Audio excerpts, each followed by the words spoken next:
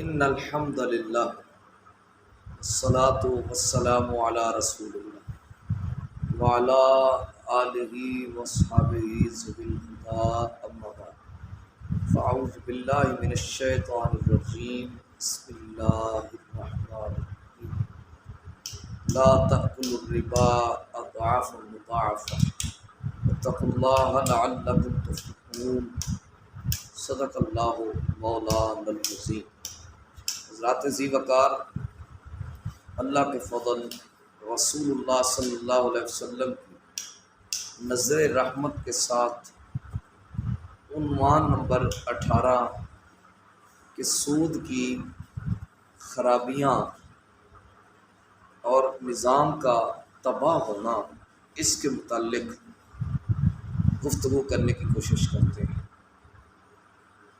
جدید اقتصادی آلات کے ساتھ اس چیز کی تحقیق ہو چکی ہے کہ دنیا کا جو معاشی نظام بدحالی کا شکار ہے، بے راہ روی کا شکار ہے، اس کے لیے ایک ہی چیز جو آڑے آ رہی ہے وہ ہے سودی نظام۔ یاد رکھیں، سود ایک ایسی مصیبت ہے کہ جس کے ساتھ ایمان نہیں رہ سکتا۔ سود ہے تو ایمان نہیں، ایمان ہے تو سود نہیں۔ میں نہیں کہہ رہا، اللہ کا قرآن کہہ رہا، یا ایھا الذین آمنوا اتقوا اللہ وذروا ما بقی من الربا ان کنتم مؤمنین۔ اے ایمان والو، اللہ سے ڈرو اور سود کو چھوڑ دو اگر تم مومن ہو۔ سود سیدھا سیدھا اللہ سے اعلان جنگ ہے۔ کیونکہ میں مثال دے دیتا ہوں، ایک بات سے مجھے ایک بندہ روکتا ہے، منع کرتا ہے، اس کے بار بار منع کرنے کے باوجود میں نہیں رکتا، اس کا مطلب کہ یہ کیا ہے کہ میں اس کا مقابلہ کر رہا ہوں، میں اس کے برابر میں آ کے کھڑا ہو گیا۔ ایسے ہی اللہ تعالیٰ تو ہمیں منع کرتا ہے کہ سود نہ کھاؤ، سود کا استعمال نہ کرو، لیکن میں پھر بھی نہیں رکتا۔ سود لینے والا، سود دینے والا، سود لکھنے والا، سود لکھوانے والا، سود کو وصول کر کے آگے پہنچانے والا، سود کی حفاظت کرنے والا، سود پر گواہی دینے والا، یہ سارے کے سارے ایک ہی زمرے میں آتے ہیں۔ سود کے گناہ کے 70 درجے ہیں۔ سب سے نچلا درجہ یہ ہے، آپ اندازہ کریں، سب سے نچلا درجہ یہ ہے جیسے بندے نے اپنی سگی ماں کے ساتھ بد کرداری، یہ سب سے نچلا درجہ ہے۔ اگر سب سے نچلے درجے کی اتنی بھیانک صورتحال ہے تو پھر اتلے درجے تو ہم ڈسکس ہی نہیں کر سکتے۔ سود کی جو قسم ہے پہلی، وہ ہے رب الفضل، یعنی زیادتی کرنا۔ رسول اللہ صلی اللہ علیہ وسلم نے فرمایا، گندم کے بدلے گندم، چنے کے بدلے چنا، جو کے بدلے جو، کھجور کے بدلے کھجور، نمک کے بدلے نمک، پیسے کے بدلے پیسہ، کپڑے کے بدلے کپڑا۔ ان چیزوں میں، یعنی جو اپنی ہم جنس ہیں، ان میں زیادتی کر کے وصول کرنا، یہ سود کہلاتا ہے۔ ہاں البتہ جنس اور قدر مختلف ہو جائیں، جیسے نمک کے بدلے پیسہ، گندم کے بدلے چنا، چنے کے بدلے گندم، اگر جنس ایک نہ رہے، جنس اور قدر مختلف ہو جائیں، پھر یہ سود قرار نہیں پاتا۔ اسی وجہ سے جو قسطوں کا کاروبار ہے وہ جائز قرار پاتا ہے، کیونکہ ہم مشینری لیتے ہیں، اس کے بدلے پیسہ دیتے ہیں، مشینری پڑھا کے نہیں دیتے۔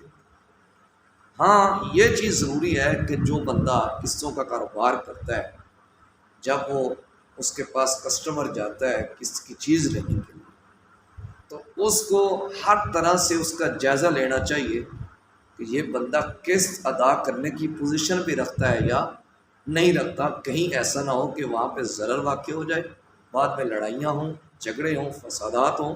اسلام ایسی چیز کو پروموٹ نہیں کرتا، اسلام ایسی چیزوں سے روکتا ہے. رسول اللہ صلی اللہ علیہ وسلم کی خدمت اقدس میں خیبر کی کھجوریں پیش کی. کھجوریں بڑی اعلیٰ تھیں. آقا علیہ الصلوۃ والسلام نے ارشاد فرمایا یہ بڑی اعلیٰ کھجوریں خیبر کی. صحابی رسول پاک صلی اللہ علیہ وسلم نے عرض کیا یا رسول اللہ صلی اللہ علیہ وسلم وہ کھجوریں تو ردی تھیں، ہم نے وہ کھجوریں دے کر یہ کھجوریں وہاں پہ زیادہ وہ کھجوریں دے کر ان کے بدلے میں کچھ زیادہ کھجوریں ہم نے حاصل کی ہیں. آقا علیہ الصلوۃ والسلام نے فرمایا یہ درست عمل نہیں ہے. اگر تم وہ کھجوریں بیچ دیتے، اس کے بدلے میں کچھ قیمت لے لیتے اور اس قیمت کی نئی کھجوریں خرید لیتے، وہ تو جائز ہو جاتا، کیونکہ جنس اور قدر مختلف ہوتے تھے. اسی طرح حضرت بلال حبشی رضی اللہ تعالیٰ عنہ نے کھجوریں پیش کی، بڑی اعلیٰ کھجور تھی. ان کی بھی حدیث پاک اسی طرح ملتی جلتی. تو رسول اللہ صلی اللہ علیہ وسلم نے اس بات سے منع فرمایا کہ اس چیز کے بدلہ میں زیادتی کے ساتھ کوئی چیز نہیں لینی. ہاں جنس قدر مختلف ہو جائیں تو پھر وہ سود قرار نہیں.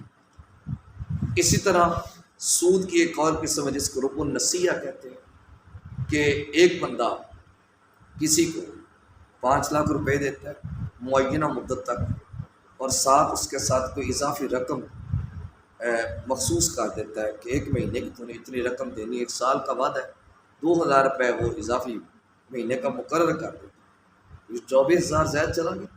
اگر وہ بندہ سال میں پیسے ادا نہیں کر سکتا تو اس کی رقم اور بڑھا دی جاتی ہے.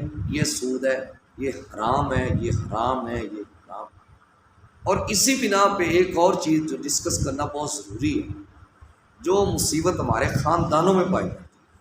ایک بندے نے اپنے بیٹے کی شادی کی، اس نے اپنے اعزاء اقربا کو بلایا.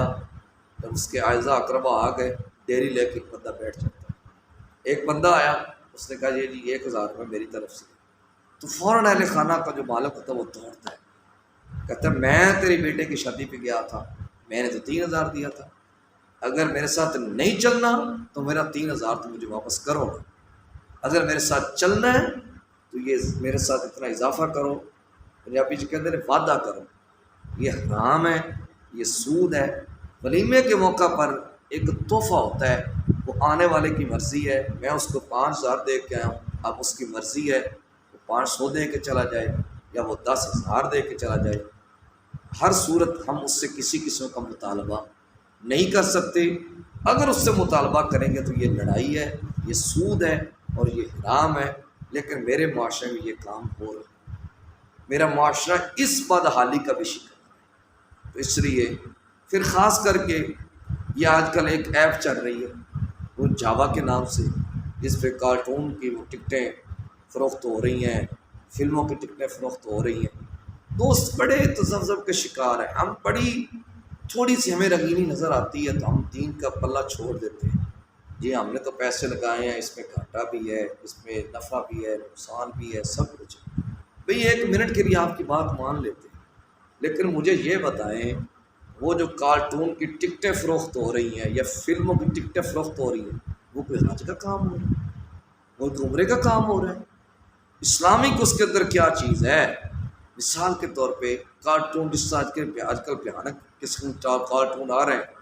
اگر ایک بندہ وہاں پہ کارٹونوں کی ٹکٹیں خریدتا ہے، وہ ننگے کارٹون دیکھتا ہے، آپ کہتے ہیں وہ حقیقت نہیں ہے، وہ کارٹون ہے. وہ ننگے کارٹون دیکھ کے جب برائی پہ اپنے آپ کو ابھارے گا تو کیا وہ آپ کو عبادت کا ثواب ملے گا؟ کس نے تمہیں کہہ دیا؟ اسی طرح فلموں کی ٹکٹیں فروخت ہوتی ہیں. بھائی دیکھیں 1 منٹ کے لیے آپ کی بات مان لیتے ہیں، لیکن یہ مشابہات میں تو ہو گیا نا. کچھ کہہ رہے حرام ہے، کچھ کہہ رہے نہیں حرام. رسول اللہ صلی اللہ علیہ وسلم نے فرما دیا ان الحلال بین وان الحرام بین، حلال بھی واضح ہے، حرام بھی واضح ہے. کچھ چیزیں حلال و حرام کے درمیان ہیں، ان کو مشابہات کہتے ہیں، ان سے بھی بچنا چاہیے. رسول اللہ صلی اللہ علیہ وسلم نے فرما دیا جو بندہ ان مشابہات میں پڑ گیا وہ حرام میں ہی پڑ گیا، وہ حرام میں ہی چلا گیا. اور شریعت ہر اس معاملے کو اپنے آپ سے روکتی ہے کہ جس کی وجہ سے بندے کی توجہ شریعت سے ہٹ جائے۔ مجھے بتائیں، پھر لوگ دلیل دیتے ہیں نہیں فلاں مولانا صاحب کر رہے ہیں، فلاں بندہ کر رہا ہے، فلاں بندہ کر رہا ہے۔ بھائی کسی بندے کا قول یا کسی بندے کا عمل میرے لیے دلیل نہیں ہے، آپ کے لیے دلیل نہیں ہے۔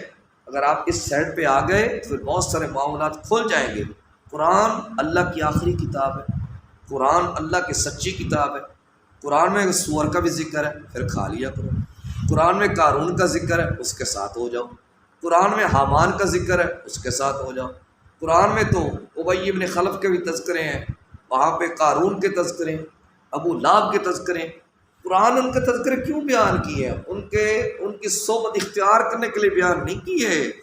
قرآن نے ان کے تذکرے اس لیے بیان کیے ہیں کہ ان سے بچا جائے، یہ نہ کرو، یہ نہ کرو۔ قرآن نے تو ہر ناجائز چیز کا ذکر کیا کہ یہ نہ کھاؤ، یہ نہ کھاؤ، یہ نہ کرو، یہ نہ لو، یہ نہ کرو، اس کے علاوہ سب کچھ کرو۔